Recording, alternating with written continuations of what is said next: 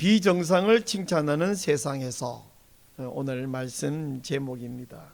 지난 1월 13일 JTBC TV에서 의사 조력 자살을 입법화하는 것에 대해서 찬반 토론이 있었어요. 그 토론의 요지는 이것입니다. 환자가 이제 중병에 걸려서 수명이 의학적으로 볼 때 6개월 이하로 남았다 판단될 때에 의사가 이 환자가 죽을 수 있는 약을 처방해 주고, 이 환자가 아직 정신이 또렷하고 맑을 때에 가족과 친지들을 다 이렇게 만나서 마지막으로 하고 싶은 인사말을 하고, 이 환자가 고통당하지 않고 마지막에 추한 모습 되기 전에 그 약을 스스로 자기에게 이제 사용해서 조용히 생애를 스스로 마치게 하는 이런 것을 합법화하자 하는 것에 대해서 찬성하느냐 반대하느냐 하는 것이 토론의 요지였습니다. 찬성한다 하는 쪽의 출연자는 서울대학교 명예교수인 이윤성 교수님이 나왔어요. 그분은 찬성하면서 본인에게 이제 예를 들어서, 내가 만약에 지금은 이제 멀쩡한 교수님인데 만약에 내가 불치병에 걸렸다면 마지막으로 갈수록 고통은 극심해질 것이고 살은 쏙 빠질 것이고 몰골은 흉해질 텐데, 내가 죽고 나면 사람들이 그런 흉한 모습만 기억하는 건 아주 싫다.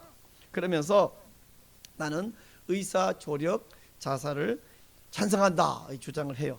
그리고 또 덧붙여서 그 반대측에서 말하기를 사람을 살리는 의사가 사람 죽이는 일을 하는 것이 부당하다라고 주장하는데, 그것에 대해서 이분이 말하기를 의사가 그런 일을 반드시 해야 되는 게 아니라 거부할 권리도 있다. 그러니까 원하는 의사만 하면 되는 거 아니냐 이렇게 주장을 했어요. 자, 반대측 출연자는 명이비인후과 원장이신 이명진 원장님이 출연했는데, 이분은 또 성산생명윤리연구소의 소장이기도 하고 교회에서는 장로님이기도 한 분이에요. 또 제가 사무총장으로 섬기고 있는 17개 광역시도 악법 대응본부의 정책연구위원이기도 합니다. 자, 이 이명진 원장님은 의사 조력 자살을 법적으로 허용하는 것은 반대한다. 그러면서 불치병 환자의 그 무의미한 연명 치료는 반대한다. 그건 우리가 거부해야 된다. 그러나 생명이 다할 때까지 스스로 자살하면 안 되고 하나님이 데려갈 때까지 기다려야 된다라고 하는 거예요.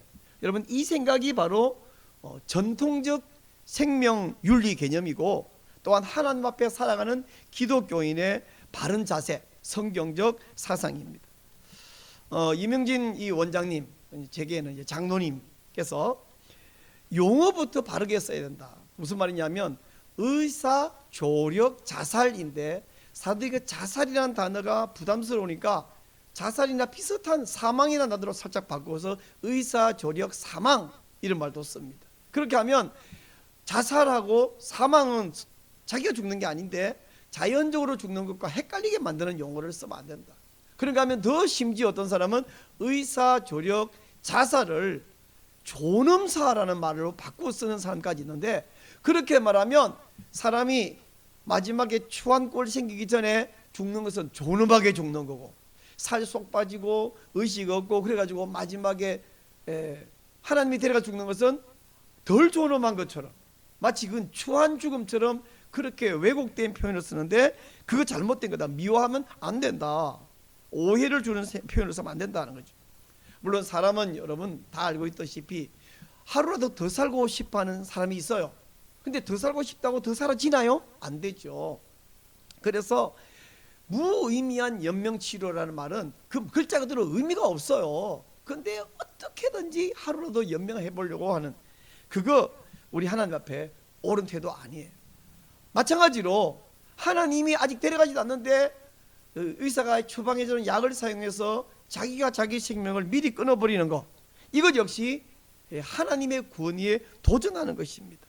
사람의 생명은 하나님께 달려있기 때문에 하루 더 살겠다고 발부둥 치는 것도 옳지 않고, 내가 추한꼴 되기 전에 먼저 죽어버리겠다, 이것도 옳지 않습니다. 암 같은 경우에 이제 말기가 되어가서 마지막 가면 고통이 매우 심해지잖아요. 우리 경험해보지 않았지만 옆에서 보면 다 아는데, 다행스러운 것은 요즘 약이 굉장히 잘 개발되어 있어가지고 이제 통증이 극심해지면 처음에는 그냥 이 진통제를 쓰지만 나중에는 마취성 진통제를 쓰기까지 하는데, 그래서 통증을 많이 통증이 100% 줄여준 건 아니에요. 통증을 많이 줄여줍니다. 그러나 사람이 고통은 하나도 안 느끼겠다, 이게 사람 살아가는 게 그럴 수가 있나요? 고통도 느끼지만 옆에서 위로해 주면서 이제 하나님의 섭리, 하나님의 때를 기다리는 것이 옳습니다. 자, 근데 이런 JTBC TV의 토론 장면을 이제 영상으로 이제 유튜브에 올라가 있잖아요. 유튜브 영상에서 보니까 훨씬 많은 사람들은 누구 편을 드냐면 의사 조력 자살을 찬성하는 쪽에 옳다고 편을 들고 그 의견에 동조하는 그런 댓글을 올라온 것을 봅니다. 이것을 보면서 하나님 없이 사는 사람들은 뭐든지 옳은 것보다는 쉬운 것, 편한 것, 또 하나님 뜻보다는 자기 마음대로 하는 것을 찬성하는구나, 정상보다는 어떻게든 비정상을 칭찬하는구나 하는 것을 느꼈습니다. 여러분, 우리 국민 가운데 우리나라가 다행히 많이 복음화돼 갖고 많게는 20% 기독교인이다, 또 믿다가 도망가 버린 사람까지 합치면 좀 더 많겠는데 적어도 80% 정도가 하나님 안 믿고 하나님 인정하지 않는데 뭐 그들에게서 무슨 성경적 가치관을 기대하겠습니까마는, 안타까운 것은 갈수록 사람들이 생명을 경시하고 전통적인 가치관조차 헌신짝처럼 버리는 것을 보면서 참 안타깝다 생각이 들었어요. 자, 이 외에도 세상 사람들이 하나님의 뜻을 벗어나서 정상보다 비정상을 칭찬하는 일은 찾자면 너무 많습니다. 그 중에 제가 중요한 한 가지 예를 하나 들면요, 사람은 결혼하는 것이 정상이에요. 결혼했기 때문에 이만큼 인구가 80억이 생겼지, 결혼 가끔 몇 사람하고 나머지 대부분 안 한다고 생각하면 인류는 벌써 사라졌겠죠. 창세기 2장에서 하나님이 세상을 만들고 사람을 만들고 나서 뭐랍니까? 사람이 독처하는 것이 로토브, 노굿이다, 좋지 못하다. 그래서 여자를 만드시고 이어서 하시는 말씀이 남자가 여자와 결혼해서 한 몸을 이루라. 이건 명령이에요. 하나님의 창조 질서입니다. 그러므로 하나님 앞에 살아가는 우리가, 아니 하나님을 인정하고 살든 안 하고 살든 우리 다 하나님 앞에 사는데, 하나님 피조물인데 우리 결혼하는 것은 정상이고 결혼 안 하는 것이 비정상이에요. 물론 사람이 살다 보면 사정에 따라서 결혼을 못하는 분도 있고 또 어떤 상황에 대해서 결혼을 안 하는 분도 있습니다만은, 그러나 그런 예외적인 경우 말고 결혼을 안 하게 하는 독신을 제도적으로 만들어서 결혼하지 마라, 이건 정말 비정상이죠. 이건 비성경적입니다. 그런데 사람들은요, 희한해요. 결혼하는 게 정상인데 안 하는 비정상을 칭찬하는, 독신을 칭찬하는 일이 벌어졌어요. 2000년 전에 사도 바울이 디모데전서 4장 3절에서 말세가 되면 장차 혼인을 금하라 하는 때가 올 것이라고 예언했어요. 경고했어요.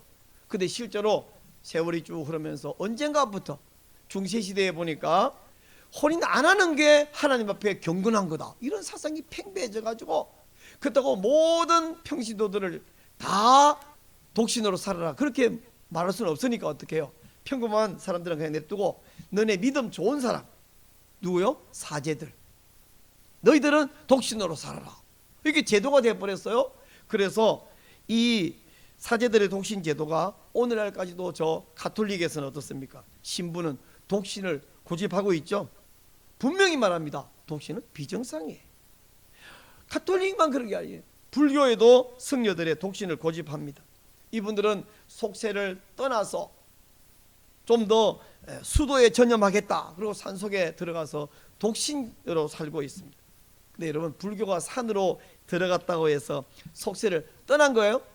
공간적으로는 떠난 것 같은데 실제로는 떠나지 않았어요. 한 가지 예를 들면요, 우리나라 불교는 엄청난 부자예요. 얼마나 부자인지 이야기 드릴게요.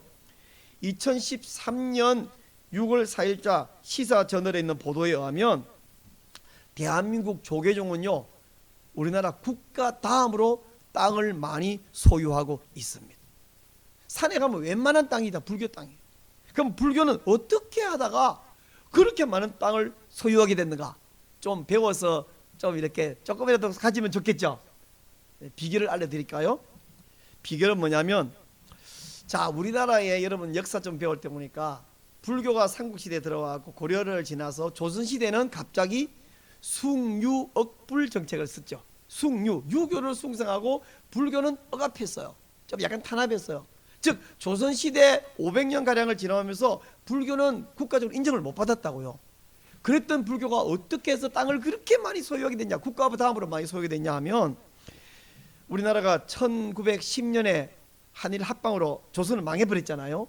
근데 그로부터 16년이 지난 1926년에 조선 총독부, 일본이죠, 총독부가 우리나라 국유림을 사찰에다가 무상으로 엄청나게 제공했습니다.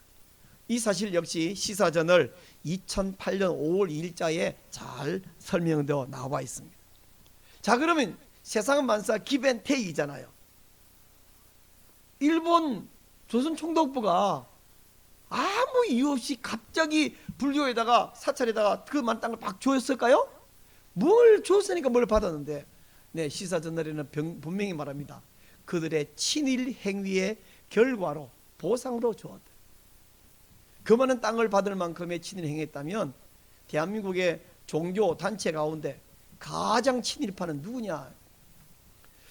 자, 여러분, 그 많은 땅을 소유한 불교가 등산로 입구마다 입장료를 받죠. 그 입장료 가운데는 산 등산 입장료만 받는 게 아니고 사찰 관람료까지 포함해서 징수를 해왔어요. 많은 사람들이 나는 단순히 산에 올라갈 거지 당신의 사찰 근처도 갈 마음이 없다, 그 관람할 마음이 없다, 근데 왜 돈을 받냐?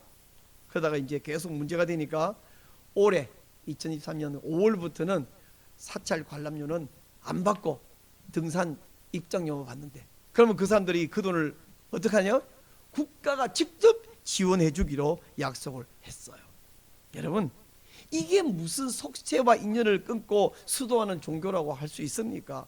이처럼 국가 다음으로 땅을 많이 소유하고 모든 등산객도 입장료뿐 아니라 이제는 사찰 관람료를 받다가 안 되겠어요. 국가로부터 지원을 받는 최대의 기득권자가 되어 있는 불교. 근데 그 성녀들은 막상 뭘 주장해요? 독신제도. 왜? 결혼하기 싫어서 독신이에요? 아니에요.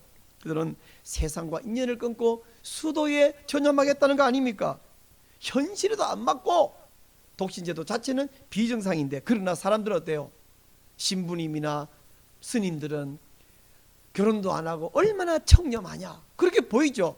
그래서 그것을 청렴한 줄 알고 오히려 칭찬을 하고 있습니다. 또 있습니다. 여러분, 제가 한동안 여러 번 말했기 때문에 한동안은 이제 말 안 했었는데 다시 잠깐만 말하면, 동성애와 차별금지법에 대해서도 마찬가지. 지금 우리나라에는 각 영역별로 20개, 20개가 넘는 개별적 차별금지법이 있습니다. 근데도 21대 국회에는 4건의 평등법 혹은 차별금지법이 상정되어 있어요.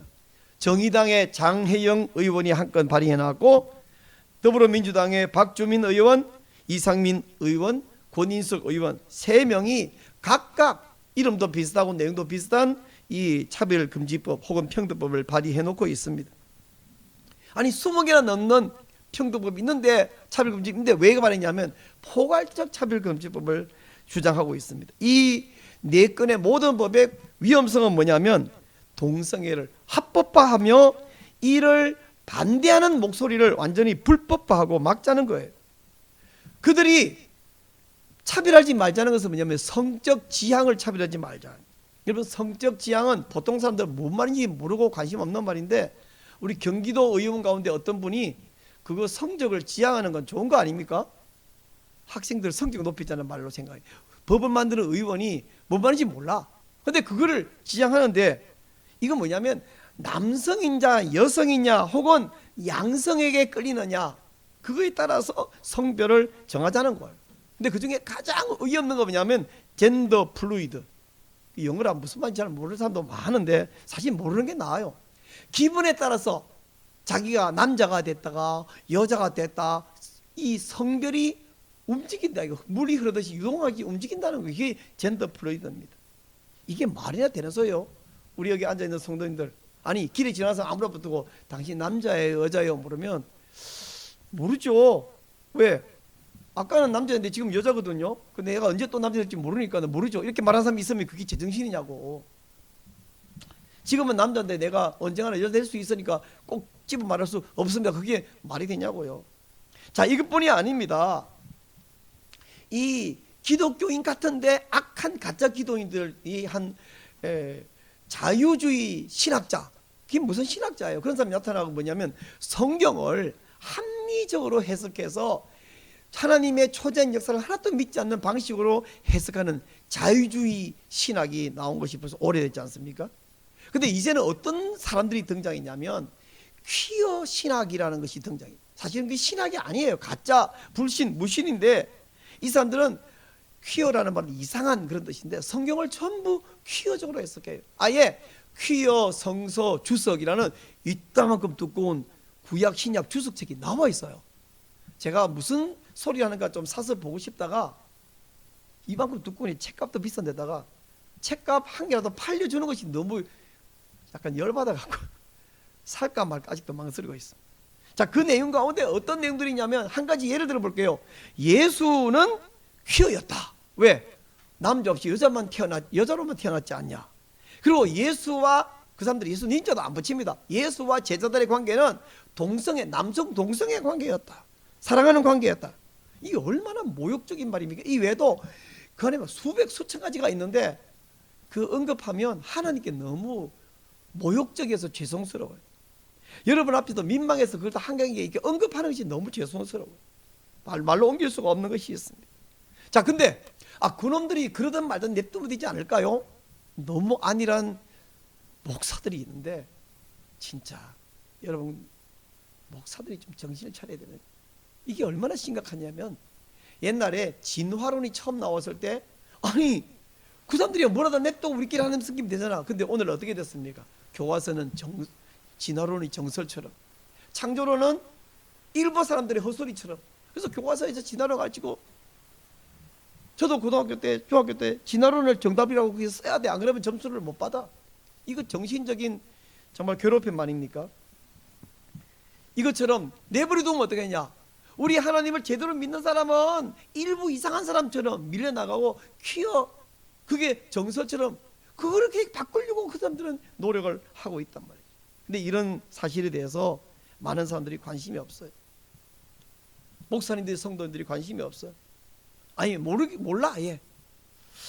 여러분 차별금지법, 퀴어 신학 이거 막기 위해서 우리는 지금 눈물겨운 헌신과 노력을 하고 있는데 세상 사람들은 우리 편이 아니에요. 아니 일부 신자나 일부 목사님도 우리 편이 아니에요.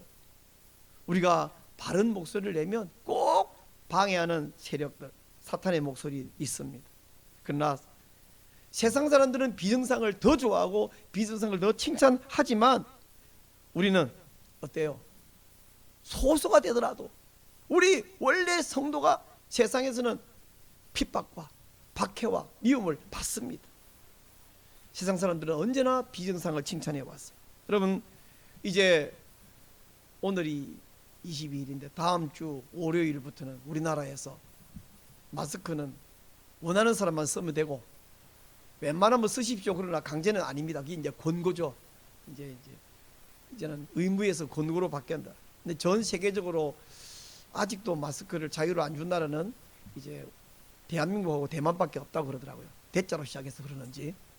그래서 이제 우리나라는 의료기관 뭐 또 지하철 대중교통 알아서 이제 쓰므로 나머지는 자유로 해라. 근데 대만은 아직 안 풀었다 그러는데 자 여러분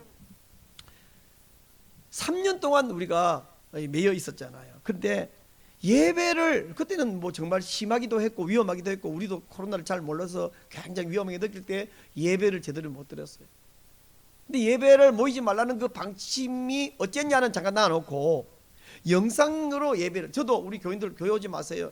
여기 스마트폰 켜놓고 보면서 같이 예배 드린 적이 있는데 그러나 여러분, 상황적으로 그럴 수밖에 없는 상황이어서 우리가 그럴 수밖에 없었지만 그건 정상은 아니에요. 비정상이죠. 그래서 비정상을 그렇게 받은 이유는 임시 조치로.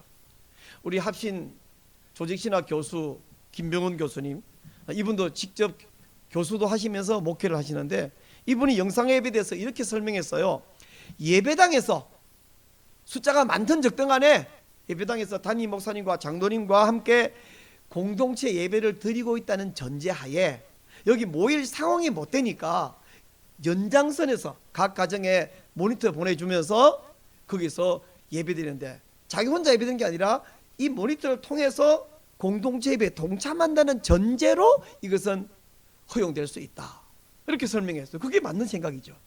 우리가 어디 교회 갔는데 아기가 있으면 막아놓고 유리창 요만큼 뚫어놓고 예배에 동참할 수 있는 거잖아요. 혼자 예배가 아니라 그 공동체에 동참하는 것이죠. 더 심한 경우에는 교회 갔는데 교회당이 너무 좁으니까 저쪽 곳에 모니터 켜놓고 본당 예배에 동참하는 거잖아요. 근데 그게 안 되니까 지금 우리는 가정에서 이 스마트폰 통해서 동참한 거잖아요.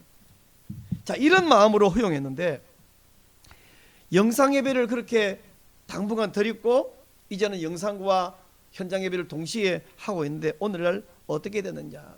제가 한국교회 트렌드 2023 책을 이렇게 보면서 오늘날 대한민국의 플로팅 크리스찬, 플로팅 붕 떠있는 기독교인이 3분의 1이 돼버렸다. 한 3분의 1은 지금 플로팅 크리스찬이 돼버렸다는 거예요.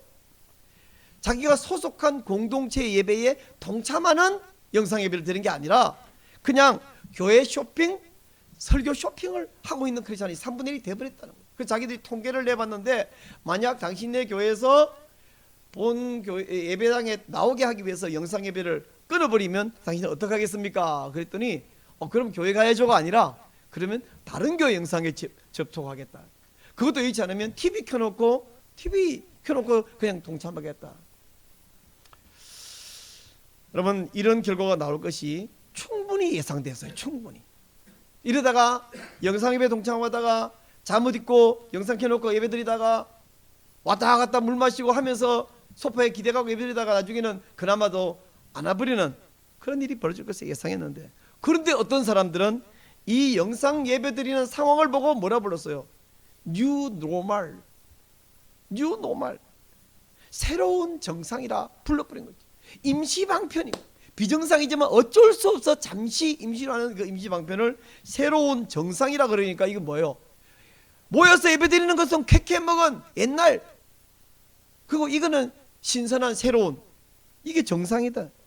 저는 뉴 노멀이라고 하는 말을 만들어 쓴 사람들에게 마음으로부터 화가 나 있어요. 그들이 뉴 노멀이라 하니까 이게 이제 정상이 돼버린 거고 집에서 예배도 되고 플로팅 크리스찬이 되고, 좀 있어 보세요. 그 플로팅 크리스찬 중에 일부는 점점 안 나가 교인, 뒤집어서 가난한 교인이 되어버리고. 제가 그런 영상 예배를 뉴 노멀이라고 말하는 사람들에게 하고 싶은 말이 있습니다. 당신은 평생 가족이나 친구를 만나지 말고 영상통화만 하고 살아라 라고 말하고 싶어요. 나 아무리 영상 봐도 만나야지, 나 안 만나고는 도무지 갈급해서 안 되겠는데. 세상 사람들은 정상을 미워하고 비정상을 칭찬하는데 이런 현상은 아주 뿌리 깊은 현상입니다. 유대인들은 예수님의 제자들을 미워해서 내쫓고 심지어 죽이기까지 했는데, 그러고도 그것이 하나님을 위한 일이다 라고 야무지게 착각까지 했어요. 여러분, 오늘 읽은 말씀 16장 2절 한번 보십시다. 2절 이렇게 말해요. 예수님이 사람들이 너희를 출교할 뿐 아니라 때가 이르면 무릇 너희를 죽이는 자가 생각하기를 이것이 하나님을 섬기는 일이라 하리라. 예수님의 제자들을 죽이면서도 하나님을 위해서 죽인다는 거예요. 로마인들도 성도들을 미워해서 엄청나게 많은 사람을 죽인 것은 온 세상이 다 아는 사실입니다. 이처럼 세상이 우리를 미워하고 죽이는 이유는 우리는 하나님께 속했고 그들은 사탄에게 속했기 때문입니다. 우리는 정상이고 그들은 비정상이기 때문에. 그러나 여러분, 세상이 아무리 비정상을 칭찬할지라도 우리는 하나님 편에 서서 흔들리지 마시기를 바랍니다. 오직 하나님 편에 서고 성경 편에 서시기를 바랍니다. 우리가요, 고난을 감수하고 외로움을 견디면서 계속해서 진리를 외치면 처음에는 외면당하지만 한 명씩 한 명씩 하나님 편으로 돌아올 것입니다. 우리가 매주 화요일마다 한국교회 반동성애 교단 연합 우리 목사님들이요, 적게는 10명 많게는 20명 매주 화요일마다 이 평등법 발의한 사람 4명 중에 한 사람인 박주민 의원 사무실 앞에 가서 이거 잘못된 것이라고 외치면서 당신 그거 처리해라 외치고 주량한 주민들에게도 설명하고 이런 일을 계속하고 있어요. 꼭 한 주에 한 명 정도 와가지고 삿대질하거나 소리 지르다가 그 옆에 와 있던 경찰에게 끌려가는 사람이 거의 매주에 한 번씩 있어요. 우리 경찰이 여러 명이 와가지고 옆에 소음 측정하는 그 기계 있더라고요. 데시벨 측정하는 기계가 떠놓고 우리는 이거 합법적인 규탄 시위다. 옆에 지켜보고 있다가 누가 와서 항의하거나 이상한 일 하면 바로 위에 끌고 와버립니다.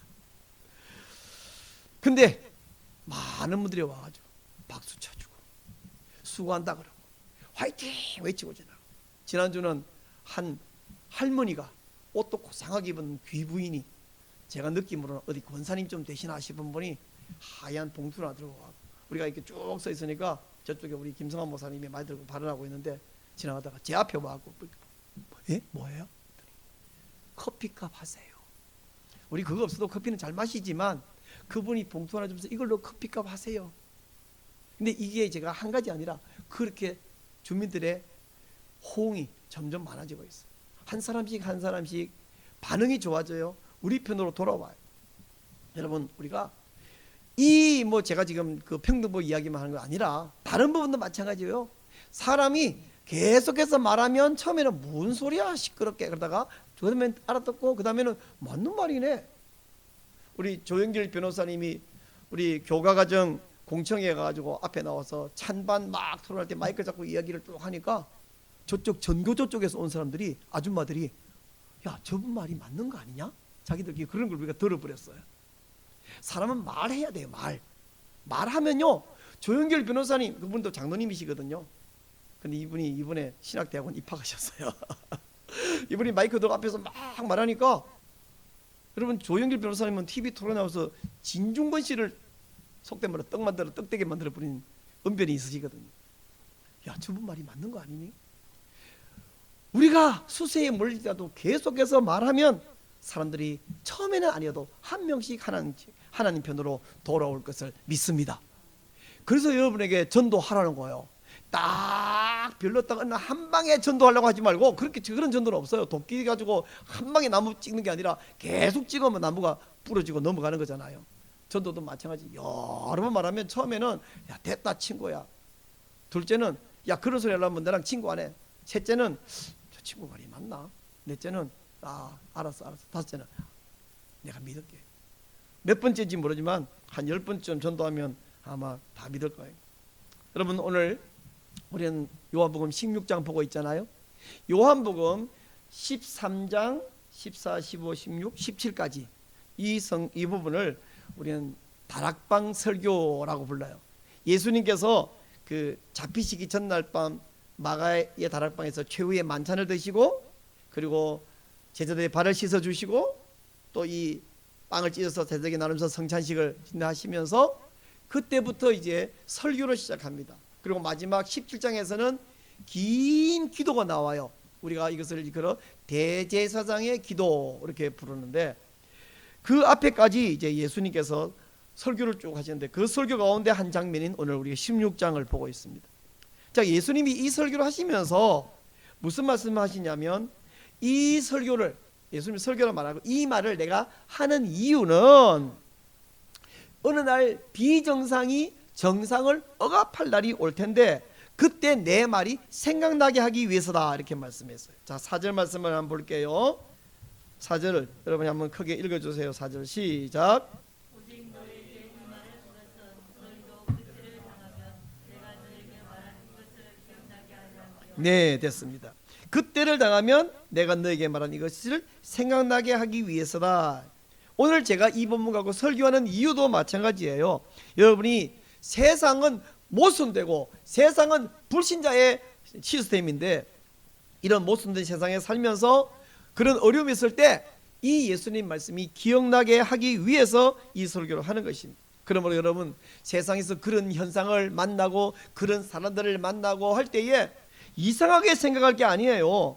실망할 게 아니에요. 예수님이 이미 그런 세상이 올 거라고 말했고 불신 세상이 있지 않습니까? 그러므로 이 예수님 말씀을 생각하면 여러분이 실망하지 않을 수 있어요. 또 이 말씀을 기억하고 있으면 성령님께서 여러분에게 예수님이 이 교훈을 생각나게 깨달음을 주셔요. 자, 우리 아까 읽은 말씀 가운데 13절 한번 볼게요. 13절 아까 읽었죠.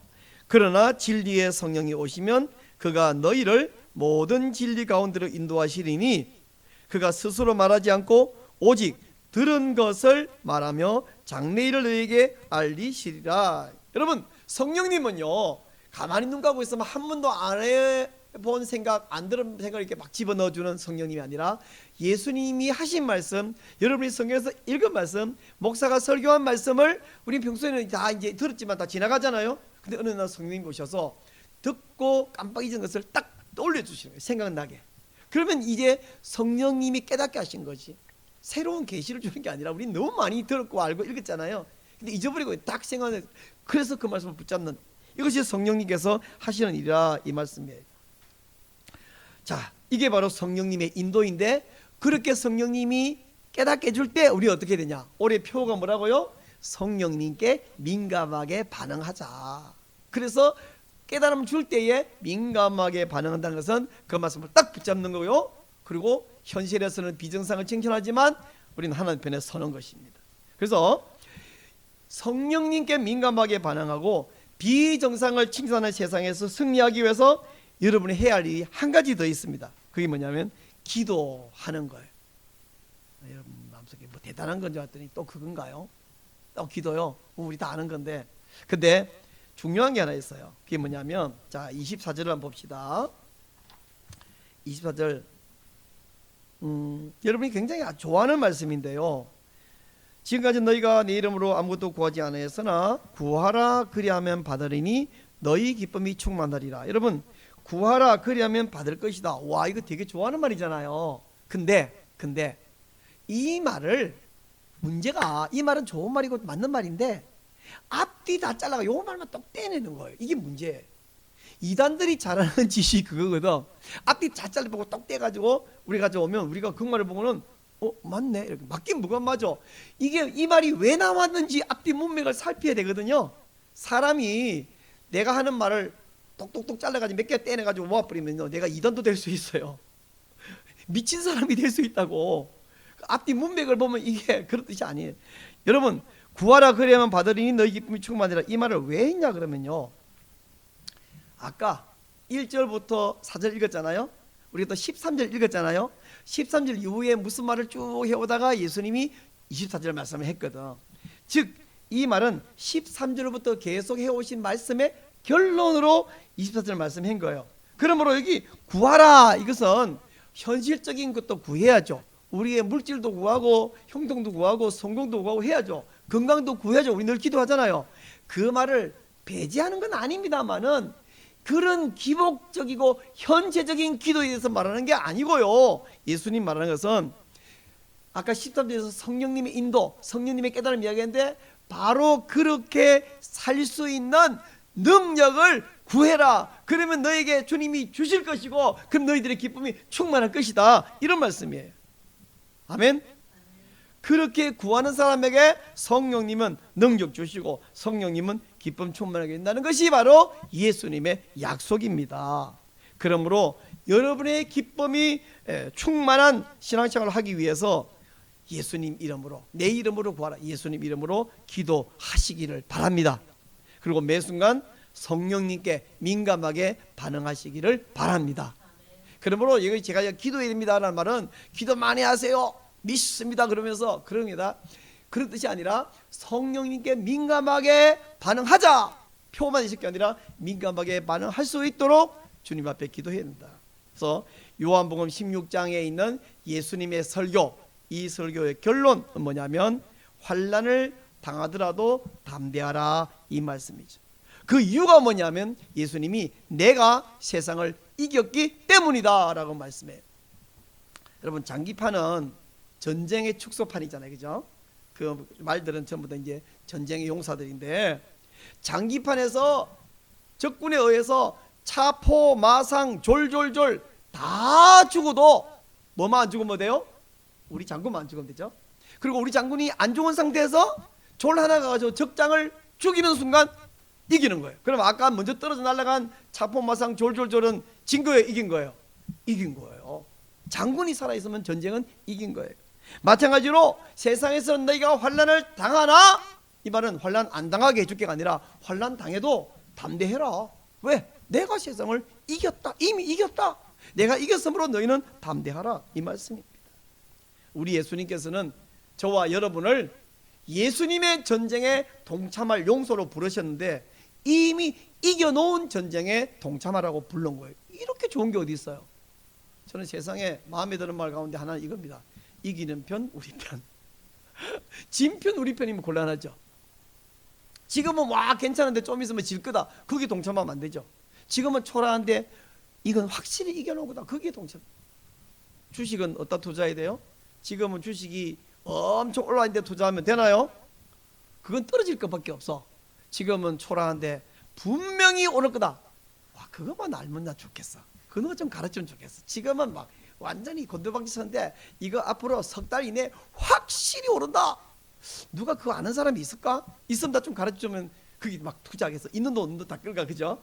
세뱃돈도 요즘 어린이들은 세뱃돈 받으면 주식 투자한다 하던데, 그거 어디다 투자해야 되냐 그러면 지금은 곤두박질 쳤는데 확실히 오를 그런 종목에 투자해. 근데요, 주식은 그거 뭐 아는 사람이 있는지 저는 모르겠지만 저는 모르는데 제가 확실히 아는 것이 있습니다. 예수님 편에 동참하면 환난도 당하고 핍박당하고 출교당하고 때로는 죽임도 당할지라도, 외로울지라도 예수님이 이미 승리한 싸움이기 때문에 반드시 확실히 이긴다는 사실은 제가 알 수 있습니다. 여러분도 압니다. 왜? 우리 주 예수님이 약속하셨고 말씀하셨기 때문입니다. 우리 이제 마지막으로 33절 아까 읽었던 이 말씀 한 번 더 읽겠습니다. 33절 시작. 이것을 너에게 이르는 것은 너희로 내 안에서 평안을 누리게 하려 함이라. 세상에서는 너희가 환난을 당하나 담대하라. 내가 세상을 이겨노라. 아멘. 오늘 말씀 제목, 비정상을 칭찬하는 세상에서. 비정상을 칭찬하는 세상에서 어떻게 하자고요?